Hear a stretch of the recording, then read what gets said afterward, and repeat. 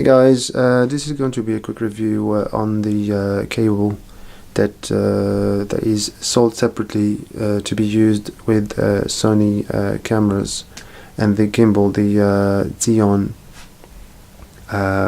Crane version 2 or version 1 actually. I think both of them work the same way.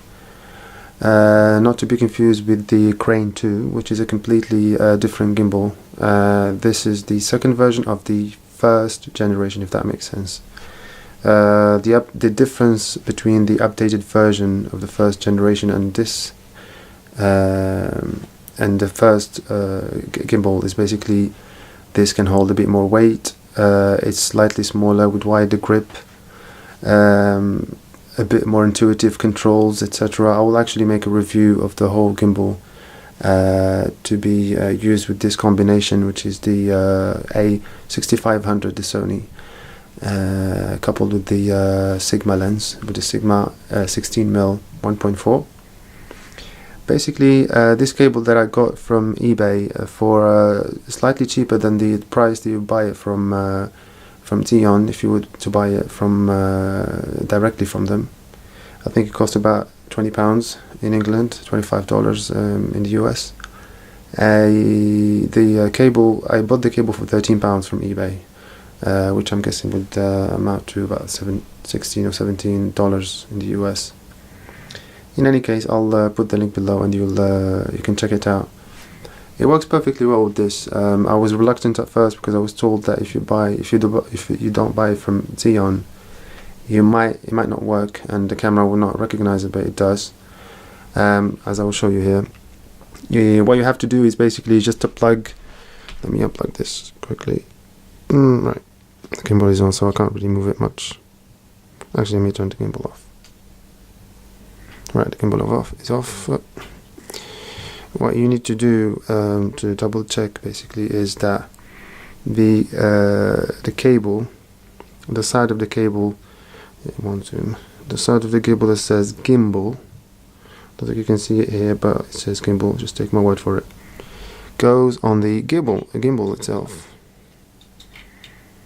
It's a bit fiddly. Alright, yeah, it needs to be at an angle, so you have to plug it that way. Really clumsy on camera. Right, so once that's done, they say that you're supposed to turn off the camera, or if it's turned off, turn on the gimbal first, which is here. I'll turn on the gimbal first. Once the gimbal is powered on, you turn on the camera, and voila. Now basically the camera will recognize the gimbal, and you can double click to start recording. As you can see now, it says it's recording. The other cool thing actually to do with this cable, so another double click to turn it off. By the way, if you click it just once, it will try to focus. It's basically that button is this exact same one as this button here. So one click is click to focus, and then dependent obviously on your camera settings, and 2 clicks starts the video. So this is how it's set up. Now if you double click again, it will stop the recording. If you click once, it will try to focus. Now here, for example, as well, if I try to click once, it will either focus or it will tell you that the camera is not, if you are on movie mode, which I am, it will tell you that the camera, that mode does not work on video mode, or it will try to focus, again, depending on your camera settings. So going back to this, once you have turned on, yeah, it's turned on now, the gimbal, the cable should work straight away. I mean, I tried, actually, I thought you had to go into the menu, go into remote control and turn it on, but for those actually who were curious, you don't have to do that. It's just, even if it's off and you get out of the menu, you can still do that, even with the, I think this applies to the remote that is sold with Sony. Another cool thing that you get with this. Alright, so turned off. Another cool thing that you get with this cable and the controls is the zoom. Sony has something called clear zoom, and when you use that, basically, I'll show you how to set it up in a minute. You can just turn this up and down, and it will, let me show you on the camera, it will zoom in and zoom out, which is really cool. It's basically, it gives you, and this is a prime lens, yeah.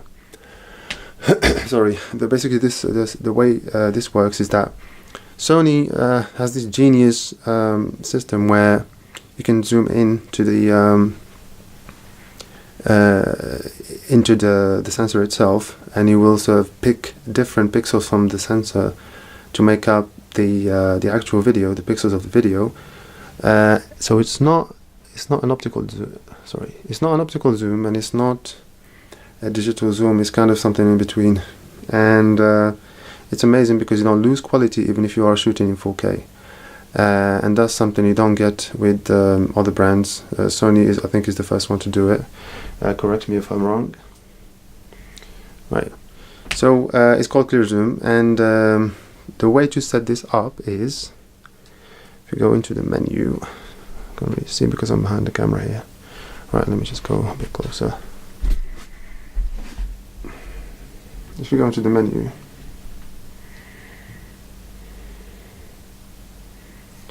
we'll turn off the gimbal because it's being a bit fiddly. And you go into custom keys. I set the clear zoom to button 3. So if you can set it up obviously to any, it can be either here or here. I usually just set it up here because it's easier for me to access. So that's the first thing to do. You basically, this is actually the second thing to do, but it doesn't matter which order you do it in. You go here, you pick your shortcut for the clear zoom, or the zoom basically, yeah? Let's just call this the zoom. Go back out and go to the first, let's see, zoom settings, yes. So it's the second icon here, and then go down, it's the 5th submenu. Zoom setting, and choose clear zoom. Clear zoom under zoom settings. Exit that.